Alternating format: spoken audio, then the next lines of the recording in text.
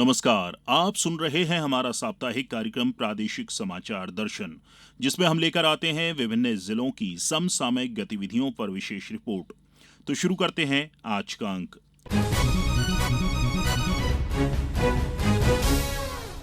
रीवा में पिछले दिनों 5वीं रीजनल इंडस्ट्री कॉन्क्लेव का आयोजन किया गया, जिसमें देश के नामी उद्योगपतियों के साथ ही मध्य प्रदेश ही नहीं, आसपास के राज्यों के भी उद्योगपतियों ने शिरकत की। और जानकारी दे रही हैं हमारी संवाददाता आरती श्रीवास्तव। रीवा में प्रदेश के 5वें रीजनल इंडस्ट्री कॉन्क्लेव का मुख्यमंत्री डॉक्टर मोहन यादव ने शुभारंभ किया। कृष्णा राजकपूर ऑडिटोरियम में आयोजित भव्य समारोह में विंध्य में औद्योगिक निवेश की संभावनाओं पर मुख्यमंत्री के समक्ष उद्योगपतियों ने खुलकर अपने विचार रखे। विंध्य में बिजली, पानी, परिवहन के अच्छे साधन, पर्याप्त खनिज, वन संपदा और औद्योगिक निवेश के लिए सकारात्मक वातावरण से अवगत होकर उद्योगपतियों ने भी यहां उद्योग लगाने की इच्छा जाहिर की। विंध्य में डालमिया उद्योग 4 लाख टन उत्पादन क्षमता का सीमेंट प्लांट लगाने जा रहा है। इसमें 3000 करोड़ रुपए का निवेश होगा। ये प्रदेश का नवकरणीय ऊर्जा पर चलने वाला पहला सीमेंट प्लांट होगा। इसके साथ ही पतंजलि ग्रुप, रिलायंस इंडस्ट्रीज सहित अन्य कई छोटे बड़े उद्योगपतियों ने यहाँ लकड़ी, बिजली, कपड़े सहित अन्य उद्योग लगाने की सहमति जताई है। मेरा नाम अमन कुमार गुप्ता है और मैं रीवा मध्य प्रदेश का निवासी हूँ। सर्वप्रथम तो बहुत बहुत धन्यवाद मुख्यमंत्री जी को मैं कहना चाहूँगा। हमारे रीवा में लगातार विकास की एक लहर जो दौड़ाई है हमारे माननीय उप मुख्यमंत्री जी ने और मुख्यमंत्री जी के सहयोग से। और जिस तरह से हम लोग आज से 10 साल पहले रीवा को देखते थे या 15 साल पहले रीवा को देखते थे, उसमें और आज में बहुत अंतर हमको समझ में आता है। अब हमको रीवा ही अपना लगता है कि महानगर लगभग हो ही चुका है, बस एक टैग मिलना बाकी है। बाकी सारी सुविधाएं यहाँ पे हमारी हैं, जैसे ट्रांसपोर्टेशन हो गया, यहाँ की रेलवे, अब चहुमुखी विकास रेलवे का दौड़ रहा है। तीसरी चीज है कि यहाँ पे जो उद्योग जो हम लोग उम्मीद करते थे जिस तरह से, ठीक वैसा ही मुख्यमंत्री जी ने यहाँ हमको सौंप दिया है। और बहुत जल्द हम ऐसा आशा करते हैं कि उसमें भी जिस तरह से विकास की लहर दौड़ी है यहाँ पे रेल के माध्यम से, ट्रांसपोर्टेशन के माध्यम से, पर्यटन के माध्यम से, ऐसे ही उद्योग का भी अब उद्योग के माध्यम से भी इसका चहुमुखी विकास रीवा का हमारे होगा। अभी हम लोगों ने लगातार, जैसे हम युवा उद्यमी हैं, युवा सोच रखते हैं कि हमें जल्द से जल्द चीजें मिलें ताकि हम और अच्छी चीजें अपने समय रहते कर सकें। हम उद्योग जगत में प्रवेश कर सकते हैं। छोटे से छोटा व्यापारी भी, छोटा से छोटा व्यक्ति भी एक छोटा सहयोग के माध्यम से भी अपने रीजनल क्षेत्र को बढ़ावा दे सकता है, अपने प्रदेश स्तर में अपनी पहचान स्थापित कर सकता है। इसके अलावा समारोह में मुख्यमंत्री ने प्रदेश के विभिन्न क्षेत्रों में वीडियो कॉन्फ्रेंसिंग के माध्यम से 21 औद्योगिक इकाइयों का भूमि पूजन और लोकार्पण किया। इनकी कुल लागत 2690 करोड़ रुपए है। मुख्यमंत्री ने रीवा में कॉलेज चौराहे में 50,000 वर्ग फीट में बनाए जा रहे 10 मंजिला IT पार्क का भी भूमि पूजन किया। इसकी लागत 66.71 करोड़ रुपए है। प्रादेशिक समाचार दर्शन के लिए रीवा से मैं आरती श्रीवास्तव। सीहोर जिले के बुधनी विधानसभा में उपनिर्वाचन की प्रक्रिया शुरू हो गई है। ऐसे में नामांकन भरने की अंतिम तिथि के बाद नामांकन पत्रों की समीक्षा 28 अक्टूबर को की गई। ज्यादा जानकारी दे रहे हैं हमारे संवाददाता। भारत निर्वाचन आयोग द्वारा सीहोर जिले की बुधनी विधानसभा के उपनिर्वाचन की घोषणा के साथ ही पूरे जिले में आदर्श आचार संहिता प्रभावशाली हो गई है। निर्वाचन के लिए नाम निर्देशन पत्र जमा करने की अंतिम तिथि 25 अक्टूबर 2024 निर्धारित है। नाम की जाएगी तथा नाम लेने की अंतिम तिथि 30 अक्टूबर 24 निर्धारित है। मतदान 13 नवंबर 2024 को होगा तथा मतगणना 23 नवंबर 2024 को की जाएगी। जिले की बुधनी विधानसभा क्षेत्रों में कुल 363 मतदान केंद्र बनाए गए हैं। सीहोर जिले की बुधनी विधानसभा में कुल 2,76,397 मतदाता हैं, जिनमें 1,43,111 पुरुष मतदाता, 1,33,280 महिला मतदाता तथा 6 अन्य मतदाता तथा 194 सर्विस मतदाता हैं। सीहोर जिले की बुधनी विधानसभा उपचुनाव के निर्वाचन के लिए 1,597 मतदान कर्मियों की ड्यूटी लगाई गई है। इसके साथ ही 45 सेक्टर ऑफिसर, कार्यपालिक मजिस्ट्रेट, 45 सेक्टर अधिकारी पुलिस तथा 5 फ्लाइंग स्क्वाड दल बनाए गए हैं। बुधनी विधानसभा क्षेत्र के अनुविभागीय दंडाधिकारी दिनेश तोमर ने ज़्यादा जानकारी देते हुए बताया कि निर्वाचन की घोषणा हो गई है और हम इसकी पूरी तैयारी हम लोगों ने कर ली है। और जैसा कि आपको विदित है कि यहाँ पे जो कुल मतदाता हमारे 2,76,397 हैं, 194 यहाँ पे सर्विस मतदाता हैं। कुल हमारे जो मतदान केंद्र हैं 323 हैं। यहाँ पर सामग्री वितरण हमारे यहीं से की जाएगी और जो सामग्री जमा होगी वो जिला कार्यालय में होगी।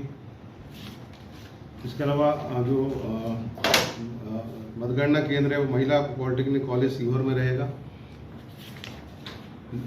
यहाँ पे कुल हमारे मतदान दल के लिए वो मतदान कर्मी 1597 रहेंगे। 45 हमारे सेक्टर हैं, 45 हमारे सेक्टर अधिकारी हैं। फ्लाइंग स्क्वाड हमारी 5 हैं जो जगह जगह पर रहेगी। जो भी शिकायत प्राप्त होगी उसका तत्काल निराकरण करने के लिए हम लोगों ने बनाया है। कुल हमारे जो मतदान केंद्र हैं, क्रिटिकल मतदान केंद्र 122 हैं, वल्नरेबल 8 हैं, जिनमें हमारी विशेष निगरानी रहेगी। प्रयास हमारा ये रहेगा कि हम यहाँ पे निर्वाचन आयोग के जो निर्देश हैं उनके अनुरूप निर्वाचन यहाँ करा पाएंगे। संवेदनशील जो रहेंगे मतदान केंद्र, उस पर क्या विशेष व्यवस्था? नहीं, उस पर एक तो पुलिस फोर्स हमारी अधिक रहेगी और उसके हमारी वीडियोग्राफी भी उसमें होगी। वहाँ पे जो संवेदनशील मतदान केंद्र हैं उस पर हमारी वीडियोग्राफी भी होगी और पुलिस फोर्स भी उस पर एक्स्ट्रा रहेगा। कितने हैं ये?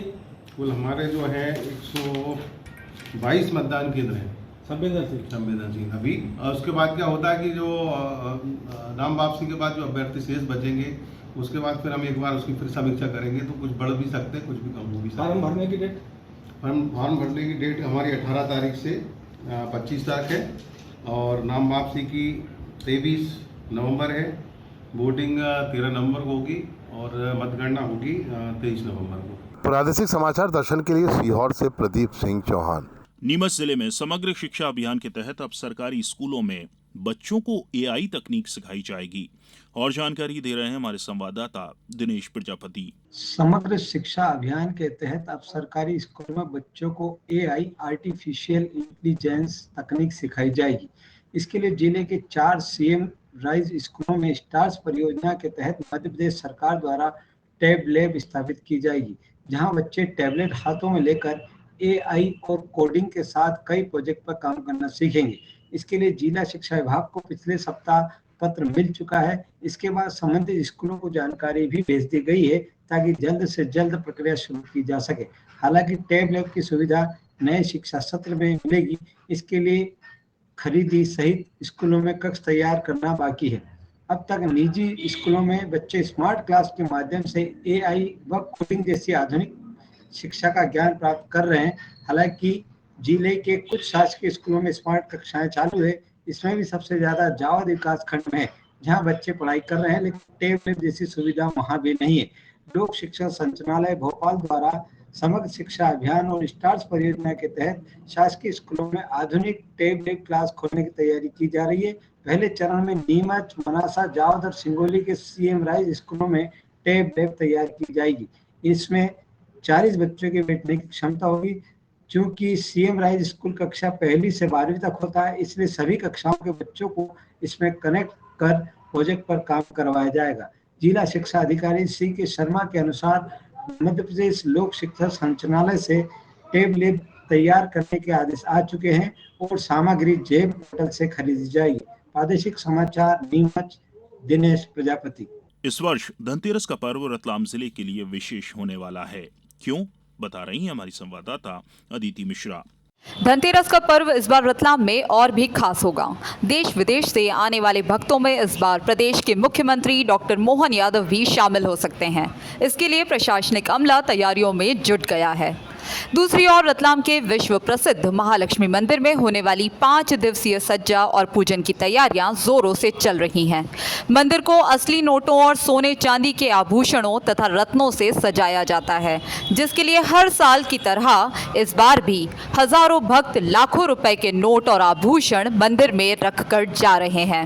शरद पूर्णिमा से ही मंदिर में सजावट के लिए नोटों के आने का सिलसिला शुरू हो चुका है, जो 12 की तिथि तक जारी रहेगा। अभी तक मंदिर में करीब 75 लाख रुपए के नोट और इतने ही आभूषण आ चुके हैं। खास बात है कि भारतीय रुपयों के साथ इस बार दुबई की दिरहम भी सज्जा के लिए भेंट की गई है। इनसे मंदिर का अद्भुत श्रृंगार किया जा रहा है, जो धनतेरस से भाई दूज तक भक्तों के लिए देखने के लिए सजेगा। दीपावली पर विशेष पूजन भी होगा और इस बार भी दर्शनों के लिए देश भर के साथ विदेशी भक्त भी रतलाम आएंगे। समाचार दर्शन के लिए रतलाम से मैं अदिति मिश्रा। सतना जिले में महिलाओं को जागरूक करने के उद्देश्य से लगातार जागरूकता कार्यक्रम आयोजित किए जा रहे हैं और जानकारी दे रहे हैं हमारे संवाददाता लाल बहादुर तिवारी।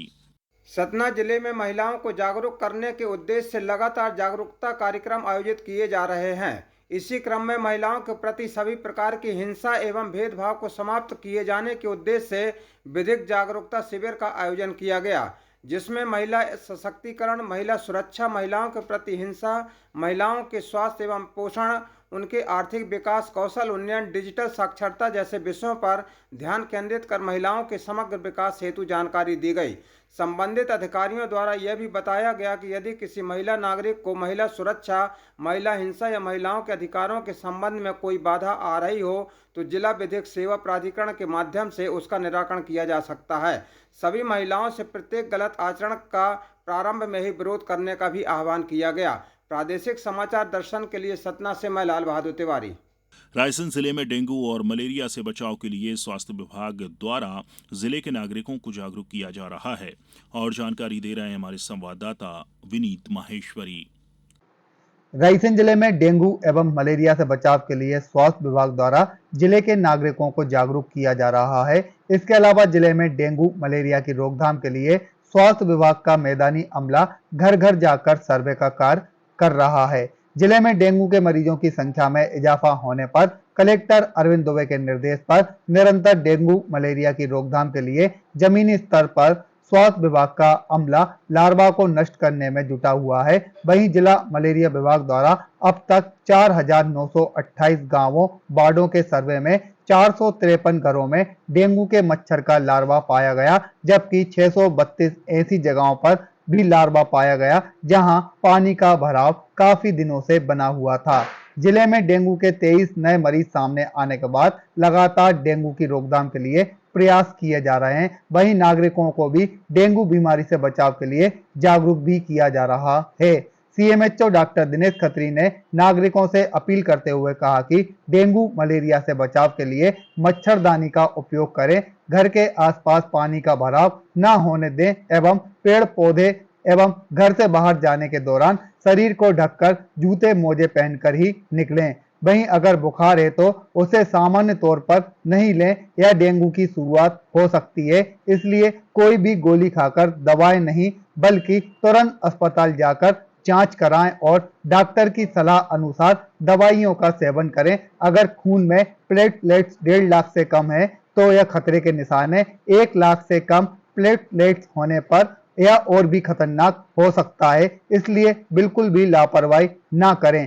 सीएमएचओ डॉक्टर दिनेश खत्री ने डेंगू के लक्षण की जानकारी देते हुए बताया कि अचानक तेज बुखार आना, गंभीर सिर दर्द, जोड़ों और मांसपेशियों में गंभीर दर्द, आंखों के पीछे दर्द, उल्टी आना, शरीर में खुजली होना, थकान महसूस होना आदि लक्षण होने पर तुरंत जांच कराएं।